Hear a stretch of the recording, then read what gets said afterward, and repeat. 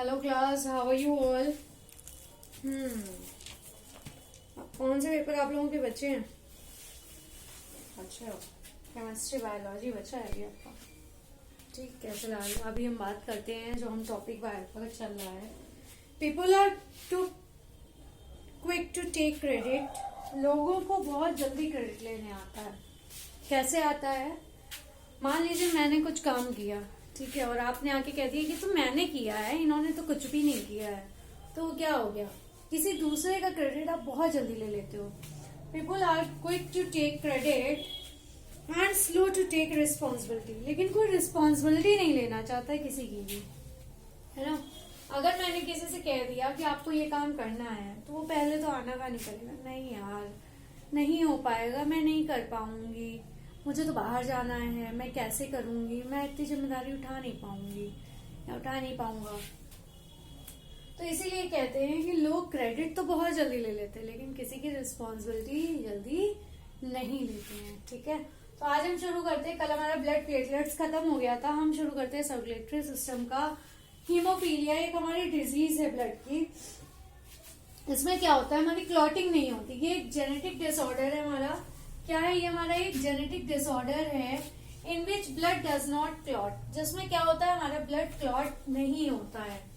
क्या होता है इसमें? ब्लड की क्लॉटिंग नहीं होती properly due to lack of blood clotting protein. क्योंकि उसके अंदर क्या होता है, ब्लड क्लॉटिंग प्रोटीन की कमी होती है, जिसकी वजह से क्लॉटिंग नहीं होती है।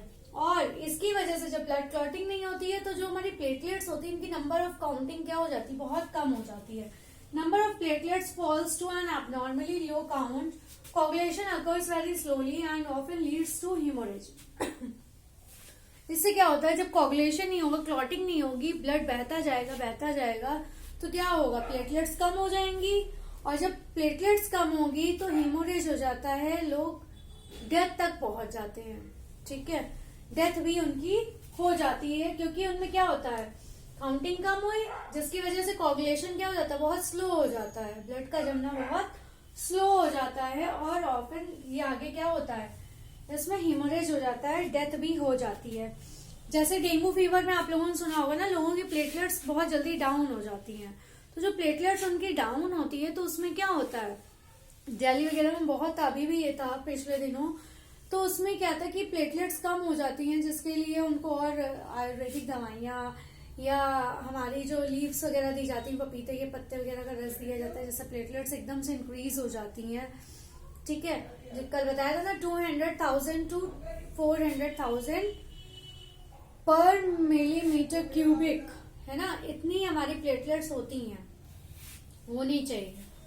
लेकिन इसकी वजह से क्या होता है, कम हो जाती हैं। ठीक है, और डेंगू फीवर वगैरह में तो प्लेटलेट्स बहुत जल्दी कम होती हैं, जिसकी वजह से लोगों की डेथ भी काफी हुई है। ठीक है, तो अब हम इंजर्ड टिश्यू सेल्स और प्लेटलेट्स के बारे में कुछ पढ़ लेते हैं। जो इंजर्ड टिश्यू और प्लेटलेट्स होती हैं, वो एक रिलीज करती हैं हमारा एंजाइम, कौन सा, थ्रोम्बोकाइनेज। कौन सा ये सीक्रेट करती है, थ्रोम्बोकाइनेज। थ्रोम्बोकाइनेज क्या करता है, ये प्रोथ्रोम्बिन इसमें एक बनता है, ब्लड प्लाज्मा में पाया जाता है, इनएक्टिव मोड में होता है। लेकिन जब कैल्शियम के साथ और ये थ्रोम्बोकाइनेज के साथ मिलता है, तो ये थ्रोम्बिन बना लेता है। ठीक है, एक्टिव फॉर्म में थ्रोम्बिन बना लेता है। और फिर फाइब्रिनोजन इसमें पाया जाता है हमारे ब्लड प्लाज्मा में, जो सॉल्युबल होता है, ब्लड में घुला होता है।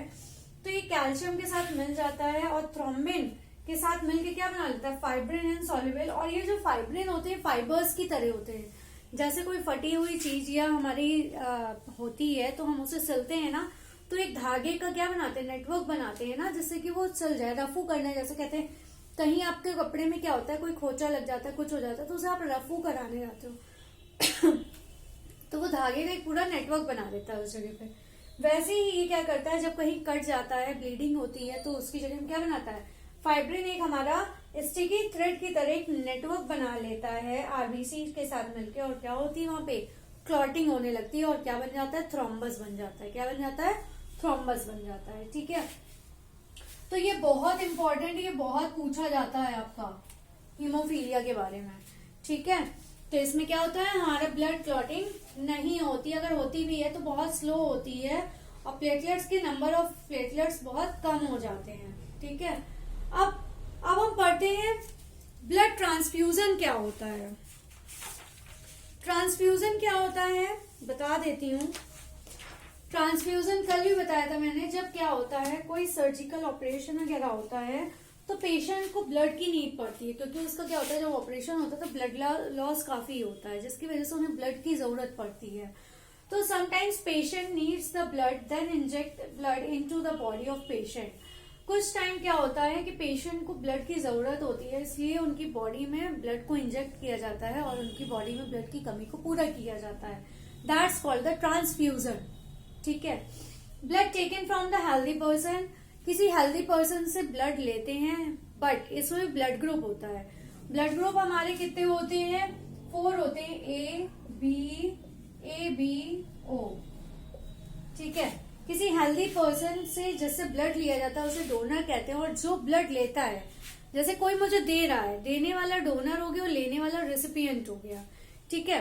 तो जो हेल्दी पर्सन डोनेट करेगा through one of the patients when, और वो कहाँ चला जाता है? पेशेंट की वेन से लेके जाता है दूसरे पेशेंट के अंदर। ठीक है। तो ये क्या है? ब्लड ट्रांसफ्यूजन क्या है? जब एक पर्सन से दूसरे पर्सन में ब्लड ट्रांसफर किया जाता है, दिया जाता है, उसको ब्लड चढ़ाया जाता है। सर्जिकल ऑपरेशन वगैरह में ब्लड की नीड बहुत पड़ती है। ठीक है। क्योंकि उसमें ब्लड लॉस होता है, जिसकी वजह से ब्लड की कमी होने लगती है, तो उनको ऊपर से ब्लड चढ़ाया जाता है। ठीक है। इसीलिए हमारे ब्लड बैंक्स वगैरह है, वहां से भी मिल जाता है, क्योंकि लोग क्या करते हैं? रक्तदान करते हैं। ठीक है। ब्लड डोनेशन होता है ना, ब्लड डोनेट करते हैं, तो जिसकी वजह से ट्रांसफ्यूजन, ब्लड ट्रांसफ्यूजन पॉसिबल होता है। अब ब्लड ग्रुप बता देते हैं। ब्लड ग्रुप क्या होते हैं? हमारे 4 टाइप्स के होते हैं, ए बी ओ। तो इसको डिस्कवर किसने किया था? कार्ल लैंडस्टीनर ने किया था। RBCs of human beings have specific protein. जो ह्यूमन बींग्स में क्या होता है कि स्पेसिफिक प्रोटीन पाई जाती है उनकी सरफेस में, उस प्रोटीन को हम क्या कहते हैं? एंटीजन कहते हैं। क्या कहते हैं? एंटीजन कहते हैं। एक आरबीसी में हमारे स्पेसिफिक प्रोटीन जो पाई जाती है आरबीसी की सरफेस में, उसे हम क्या कहते हैं? एंटीजन कहते हैं। ये 2 टाइप्स के एंटीजन होते हैं, एंटीजन ए, एंटीजन बी। ठीक है। The plasma of the blood contains complementary protein. हमारे जो ब्लड का प्लाज्मा होता है उसमें कॉम्प्लीमेंट्री प्रोटीन पाई जाती है, जिसको हम क्या कहते हैं? एंटीबॉडी कहते हैं। क्या कहते हैं? एंटीबॉडी कहते हैं। ठीक है। एंटीजन और एंटीबॉडी में थोड़ा सा डिफरेंस है। जो इसकी स्पेसिफिक प्रोटीन जिसकी वजह से होता है, ठीक है, ब्लड ग्रुप जब ये चढ़ाया जाता है तो ये जरूर टेस्ट किया जाता है उसमें कौन सा एंटीजन है। ठीक है। पेशेंट का भी और रेसिपिएंट का भी, सॉरी रेसिपिएंट कह रहा है, डोनर का भी। ठीक है। जब डोनर का चेक किया जाता है कि उसका ब्लड ग्रुप और एंटीजन मैच हो रहा है तभी चढ़ाया जाता है। ऐसे कहने से नहीं होता है कि आपने कह दिया आपका बी पॉजिटिव है तो चढ़ा दिया, उसका एंटीजन भी मैच होना चाहिए। ठीक है। अगर मैच नहीं होगा तो क्या होगा? ब्लड कोगुलेशन हो जाएगा और पेशेंट की डेथ हो जाएगी। ठीक है। तो इसीलिए इसमें क्या होता है? कॉम्प्लीमेंट्री प्रोटीन पाई जाती है, जिसको कहते हैं हम एंटीबॉडी। ठीक है। अब इसमें क्या होता है? इसमें एंटीजन प्रेजेंस और एब्सेंस होता है, इसको पढ़ लेते हैं हम। इसकी एक टेबल बना के मैं बताती हूँ आपको। ब्लड ग्रुप, ठीक है, ये हो गया ब्लड ग्रुप। उसके बाद एंटीजन्स जो आरबीसी में पाए जाते हैं, एंटीजन्स ऑन आरबीसीज। ठीक है। और एंटीबॉडी, एंटीबॉडी हमारे किस में पाए जाते हैं? प्लाज्मा में। ये हमारे प्लाज्मा में पाए जाते हैं एंटीबॉडीज। ठीक है। तो हम देख लेते हैं किसमें कौन से पाए जाते हैं। इसमें ए ब्लड ग्रुप में एंटीजन ए होगा। एंटीजन सेम होता है वैसे, एंटीजन ए होता है, एंटीबॉडी अलग होता है।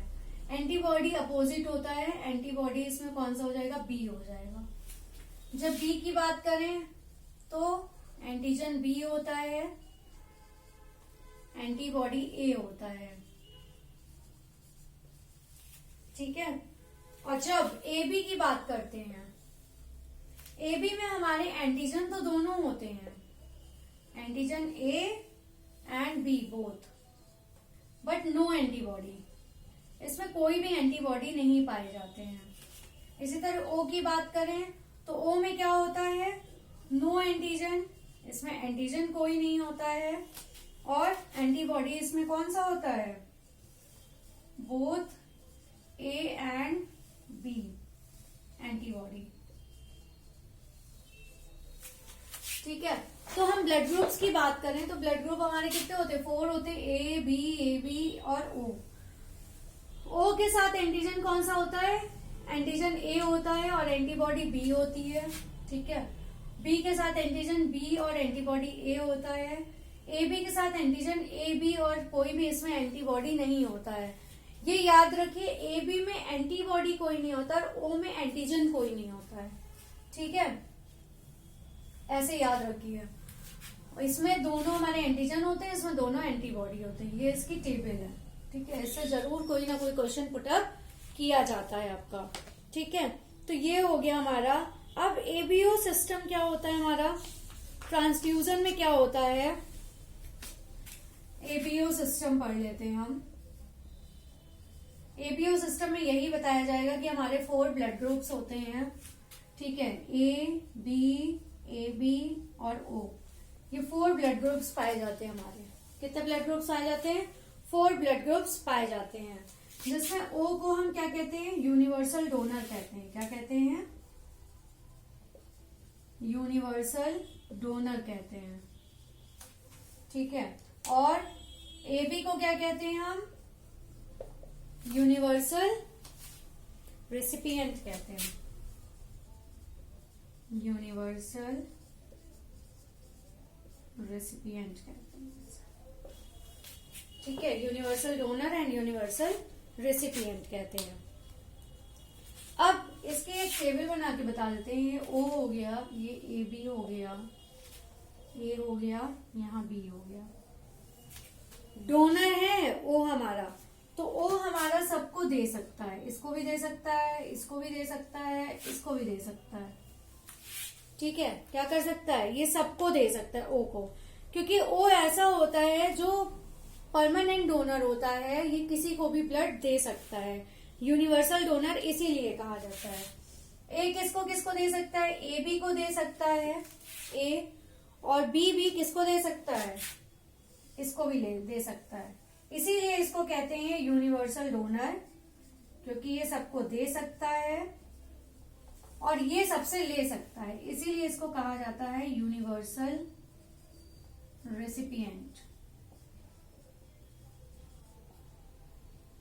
ठीक है, यूनिवर्सल रेसिपिएंट इसीलिए कहा जाता है क्योंकि ये डोनर है, इससे ये ए को भी दे सकता है, बी को भी दे सकता है, ए बी को भी देगा, बी इसको भी देगा और ओ ए बी को भी देगा। तो ये क्या हो गया, यूनिवर्सल रेसिपिएंट, ये सबसे रिसीव कर लेता है, इसीलिए इसको यूनिवर्सल रेसिपिएंट कहते हैं। ठीक है, क्योंकि ये सभी से रिसीव कर लेता है। ए और ओ के जो पर्सन्स होते हैं वो केवल बी टाइप में बी और ओ, और ए टाइप में ए और ओ। अगर ए टाइप की बात करें, ए टाइप में सिर्फ कौन दे सकता है, ए और ओ। डोनर है इसलिए ए का ए और ओ दे सकता है, और बी में बी और ओ दे सकते हैं। अगर ब्लड की जरूरत पड़ती है तो ये डोनर है इसलिए ये बी को भी दे सकता है, ए को भी दे सकता है। लेकिन अगर इसका ए कोई मिल जाता है डोनर, ठीक है, ब्लड जिसका ए प्लस मतलब ए हो, ब्लड ग्रुप ए हो, वो ए को दे सकता है और बी ब्लड ग्रुप बी को भी दे सकता है। ठीक है, तो ये तब ब्लड ग्रुप की बात मैंने आपको बता दी है। इसकी एक टेबल है, कहिए तो मैं बता देती हूँ। ठीक है, वैसे तो इससे समझ में आ जाता है, लेकिन अगर आप कहिए तो मैं एक टेबल भी इसकी बता देती हूँ कि कौन कौन से ब्लड ले सकता है, कौन से नहीं ले सकता है। वैसे मैंने जितना वर्बली आपको इजिली बता दिया है ना, टेबल से थोड़ा सा देखने में लगता है, लेकिन फिर भी बता देती हूँ मैं। ठीक है, blood groups of donor, blood groups हो गए हमारे। ब्लड ग्रुप के बाद है ब्लड ग्रुप ऑफ रेसिपिएंट। हमारा जो दूसरा है, कौन कौन किससे ले सकता है।